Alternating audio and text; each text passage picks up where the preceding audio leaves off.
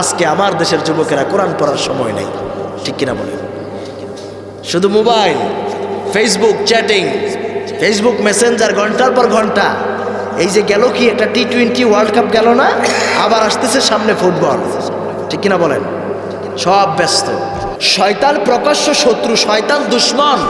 শয়তান যেগুলাকে আমাদের হারামগুলাকে আমাদের চোখের সামনে খুব চাকচিক্যময় করে তুলতেছে, ঠিক কিনা বলেন? এই যে টাকা খরচ করে করে আমার দেশের যুবকেরা আজকে ব্রাজিল আর্জেন্টিনার পতাকা টানায়, ঠিক কিনা বলেন?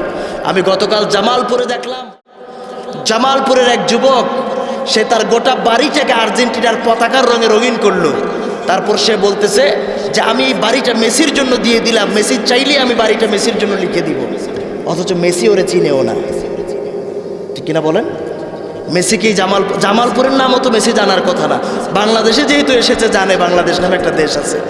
আমি শুনেছিলাম যে ম্যারাডোনাকে নাকি জিজ্ঞেস করা হয়েছিল বাংলাদেশের কথা বলে, সে বাংলাদেশ বলে একটা রাষ্ট্র আছে এটাও চিনে নাই, কিন্তু তখনও বাংলাদেশের মানুষ ম্যারাডোনার জন্য জীবন দিত, ঠিক কিনা বলেন?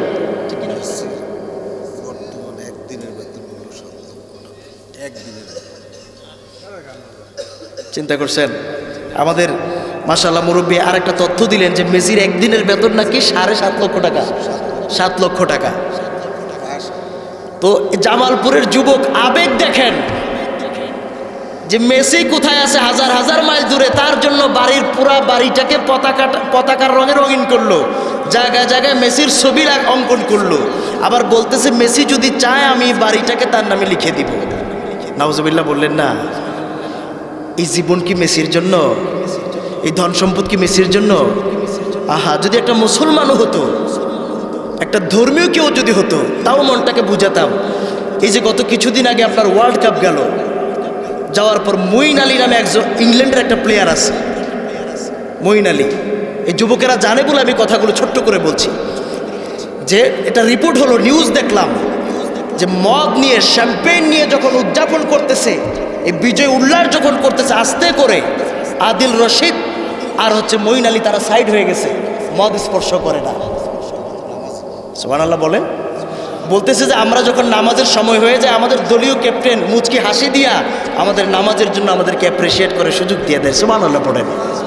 তাদেরও আদর্শ না, আজকে কার আদর্শ বানাই? কাকে আদর্শ বানায়? যারা দাজ্জালকে, ইসলামের শত্রু, ইসলামের দুশমন, রাসূল যার কাছ থেকে পানাহ চাইতে বললেন, সেই দাজ্জালের যারা প্রমোট করতেছে এক চোখ লাগায়া লাগায়া, তাদেরকে আমরা অনুসরণ করি, ঠিক কিনা বলে? আল্লাহ তাআলা আমাদেরকে বুঝার তৌফিক দান করুন, বলি আমিন।